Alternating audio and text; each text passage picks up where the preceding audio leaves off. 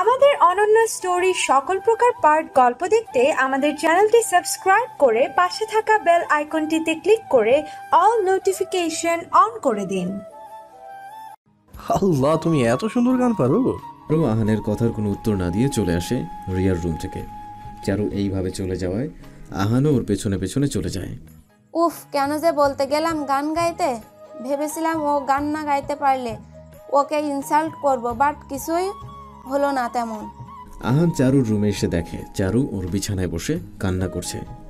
আহান চারুর পাশে গিয়ে চারুর চোখের পানিগুলো মুছে দিয়ে, উফ, আমার চড়ুই পাখিরা এত সুন্দর গান গাইতে পারে আর আমি এখন জানতে পারলাম। This is not fair. জানি না হন, বাবা অনেক সুন্দর গান গাইতে পারতো, বাবার থেকেই শেখা গান গাওয়াটা। কিন্তু বাবা মারা যাওয়ার পর গান গাওয়াই ছেড়ে দিয়েছি, কারণ গান গাওয়ার কথা ভাবলে বাবার কথা খুব বেশি মনে পড়ে। আহান চারুর কথা শুনে কিছু না বলে শক্ত করে নিজের বুকের মাঝে জড়িয়ে নিল চারুকে। তোমার এই ট্যালেন্ট আমি ওয়েস্ট হতে দেবো না চারু। আহান হসপিটালে চলে যাওয়ার পর থেকে চারু রুমের মধ্যে বসে পায়চারি করছে। উফ, কবে রাত হবে আর কবে সে বাসায় ফিরবে, বাট রাত পর্যন্ত যে আমি অপেক্ষা করতে পারবো না। কিছু একটা ভেবে চারু নিজের রুম থেকে বের হয়ে পড়ে, সবার থেকে লুকিয়ে বাসা থেকে বের হতে নিলে। কোথায় যাচ্ছিস চারু? আসলে কাকিমা, মা, আমার প্রয়োজনীয় কিছু জিনিস লাগবে, তাই চারুকে বলেছিলাম যে নিয়ে আসতে। ও আচ্ছা। চারু, তাড়াতাড়ি যাও। জি ভাবি। দিশার দিকে তাকিয়ে মুচকি একটা হাসি দিয়ে তাড়াতাড়ি করে চলে যায় চারু। আমি জানি তুমি কোথায় যাচ্ছ। আহানুর কেবিনে বসে পেশেন্টের সাথে কথা বলছিল। হঠাৎ কেউ জোরে চিৎকার দিয়ে সারপ্রাইজ। আহান আর পেশেন্ট বসে অবাক হয়ে পড়ে। দরজার সামনে তাকিয়ে দেখে চারু। ওই পাখি, তুমি এইখানে? আহানের কথা শুনে পেশেন্টটি মুচকি মুচকি হাসতে থাকে। আচ্ছা ডাক্তার, আহান আমি না হয় একটু পরে আসি। তুমি এইখানে? কথাটি বলে চেয়ার থেকে উঠে পড়ে মহিলাটি। মহিলাটি যাওয়ার সময় চারুর দিকে মুচকি হেসে বের হয়ে পড়ে কেবিন থেকে। আমার কথা মনে পড়ছিল বুঝি? চারু আহানের কাছে গিয়ে ওকে শক্ত করে জড়িয়ে ধরে। অনেক বেশি মিস করছিলাম আপনাকে, তাই তো ছুটে আসলাম আপনার কাছে। হঠাৎ কেউ আহানের কেবিনে প্রবেশ করে। ডাক্তার আহান। আহান আর চারু তাড়াতাড়ি সরে দাঁড়ায় একের ওপর থেকে। ডাক্তার মেহেদি, কিছু কাজ ছিল? হ্যাঁ ছিল তো, কিন্তু আমি পরে আসবো না। ছেলেটি চারু আর আহানের দিকে এক পলক তাকিয়ে চলে যায় কেবিন থেকে। ইস, কি ভাববে আমাদের এইভাবে দেখে? যা ভাবার ভাবুক, তাতে আমার কি। আচ্ছা আমি চলে যাই, না হলে বেশি দেরি হলে কাকিমা রাগ করবে। চলো আমি দিয়ে আসি তোমাকে। না, আমি চলে যেতে পারবো। চুপ, আমি নিজে গিয়ে দিয়ে আসবো। তো আসবই। আচ্ছা চলেন। তারপর আহান নিজেই গাড়ি করে চারুকে বাসার সামনে এগিয়ে দিয়ে চলে যায় হসপিটালে। চারু বাসার কলিং বেল বাজালে দিশা দরজা খুলে দেয়। চারু বাসার মধ্যে ঢুকলে সাবিনা চারুকে দেখে। কিরে চারু, তুই না বাহিরে গিয়ে দিশার জন্য কিছু কিনতে গিয়েছিলি, তো খালি হাতে এলি যে? আসলে কাকিমা, দিশা ভাবি যে লিস্টটা দিয়েছিল আমি মনের ভুলে আমার রুমে ফেলে চলে গিয়েছিলাম। তোর মন কই থাকে রে? কই আবার? আপনার ছেলের কাছে।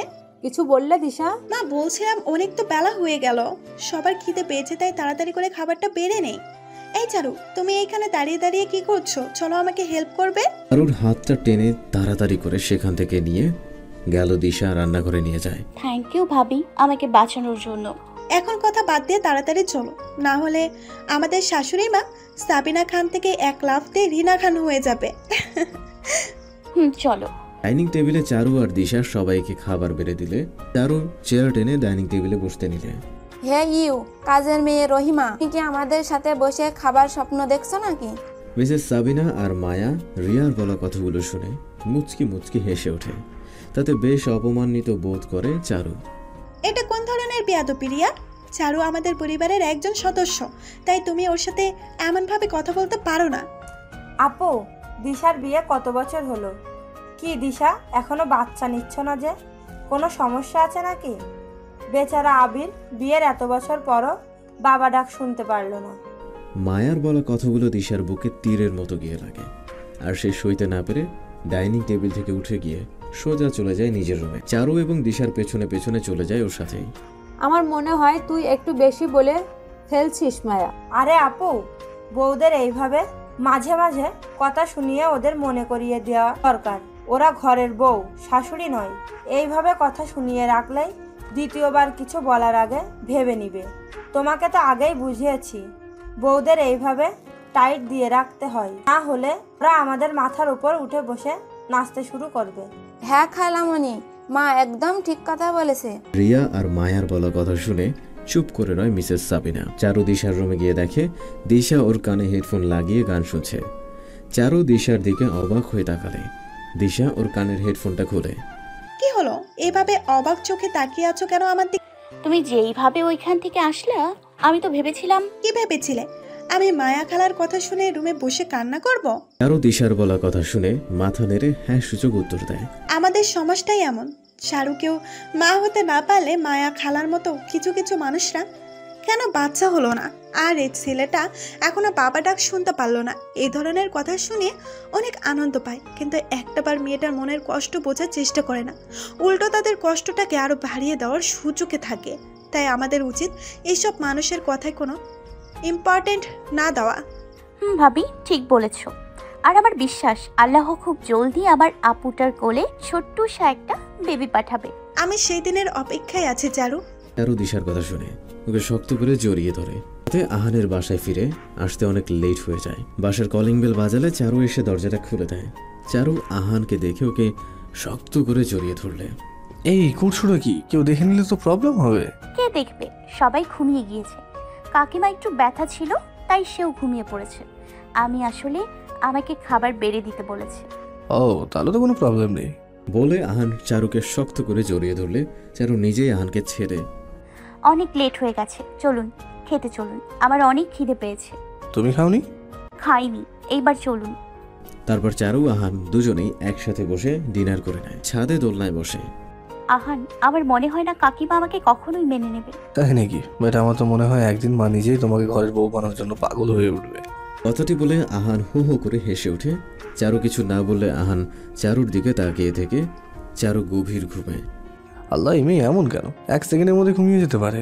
তারপর আহান চারুকে কোলে তুলে নিয়ে চারুর রুমে গিয়ে ওকে বিছানায় শুয়ে দেয়। চারু কপালে একটা চুমু দিয়ে লাইটটা অফ করে চলে যায় নিজের রুমে। সকালে আরো যত তাড়াতাড়ি রেডি হয়ে নাও। কেন আহান? ও কেন রেডি হবে? মা, চারু অনেক সুন্দর গান গাইতে পারে, আর আমি চাই ওর ট্যালেন্টে যেন ওয়েস্ট না যাক। আরে আহান, একটা গান গাইতে পারলেই কেউ সিঙ্গার হতে পারে না। ওটা কি ভুলে গেছো রিয়া? রিয়া আহানের বলা কথা শুনে রেগে মেগে সেখান থেকে চলে যায়। নিজের মেয়ের পেছনে পেছনে মায়াও চলে যায় রিয়ার সাথে। চারু, দাঁড়িয়ে আছিস কেন? হ্যাঁ ভাইয়া, যাচ্ছি। যা ইচ্ছা কর তোরা। কথাটি বলে মিসেস সাবিনাও চলে যায় নিজের রুমে। চারু রেডি হয়ে আসলে আহান চারুকে নিয়ে বের হয়ে পড়ে গাড়ি করে। গাড়িটা একটা সঙ্গীত একাডেমির সামনে এসে থামলে চারু বেশ ইতস্তত বোধ করে। প্লিজ আহান, আমার বাসায় দিয়ে আসুন। চা চা চা। বেশি কথা না বলে নামো জলদি করে গাড়ি থেকে। চারু আহানের ধমক খেয়ে তাড়াতাড়ি গাড়ি থেকে নেমে পড়লে আহানেও গাড়ি থেকে নেমে চারুর হাত ধরে একাডেমিতে প্রবেশ করে। একাডেমিতে প্রবেশ করে দেখে একটা বয়স্ক লোক অনেকগুলো ছেলে মেয়েকে গান শেখাচ্ছে। লোকটা তার গান বন্ধ করে চারু আর আহানের দিকে তাকালে। আসসালামু আলাইকুম স্যার। ওয়ালাইকুম আসসালাম। স্যার, আমি যে কাল এসেছিলাম আপনার কাছে। ও হ্যাঁ, মনে পড়েছে তো। নিয়ে এসেছো মেয়েটিকে তোমার সাথে করে? আমি কালকে বলেছিলাম তোমায় যদি ভালো গান গাইতে পারে তাহলে আমার একাডেমিতে নিব। হ্যাঁ স্যার, আমি নিয়ে এসেছি চারুকে, আর ও অনেক সুন্দর গান গাইতে পারে। চারুর দিকে লোকটা তাকালে চারু ভয়ে ঢোক গিলে। তো তোমার নাম কি? এই মেয়ে দেখি নিজের নামটাই বলতে পারছে না, গান কিভাবে গাইবে? লোকটার কথা শুনে বাকি সব ছেলেমেয়েরা হু হু করে হেসে ওঠে। লোকটি ওদের দিকে রাগী দৃষ্টিতে তাকালে তাড়াতাড়ি করে হাসি বন্ধ করে নেয় ওরা।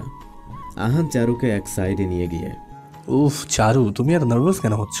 আহান প্লিজ, আমি পারবো না। তোমাকে পারতে হবে চারু, আমার জন্য। আমি চাই আমার চড়ুই পাখি লাইফে নিজের পরিচয় বানায়, তোমাকে প্রতিষ্ঠিত হতে দেখতে চাই। প্লিজ, তোমার আহানের কথা রাখবে না বলো?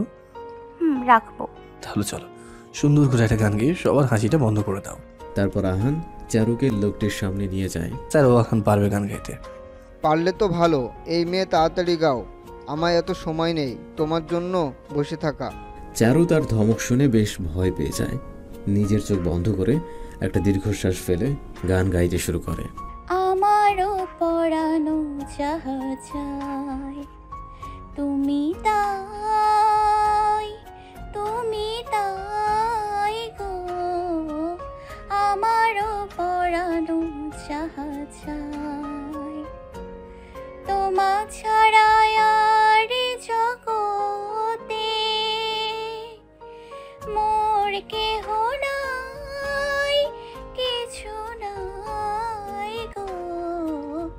আমারও পরানো যাহা চায়।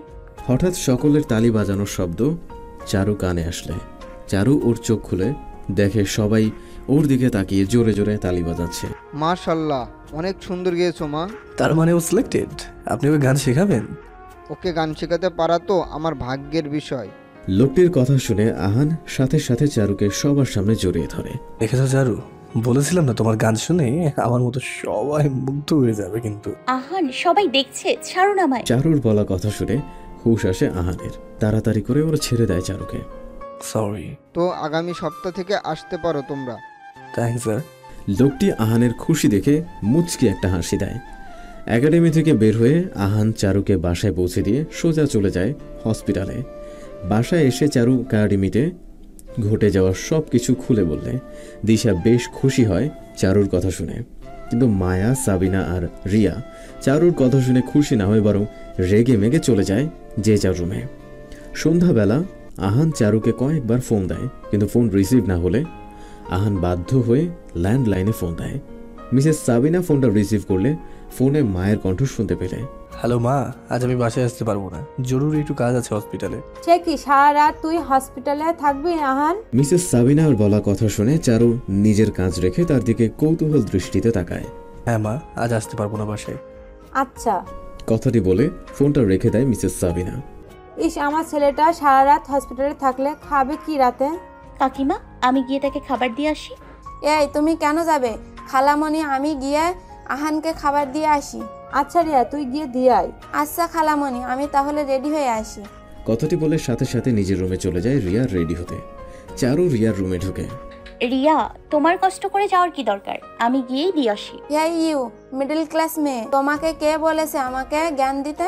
আমার রুম থেকে বের হও, না হলে আমি নিজে তোমাকে ঘাড় ধাক্কা দিয়ে বের করে দিব রুম থেকে। তোকে তোর ভাষাতেই বোঝাতে হবে।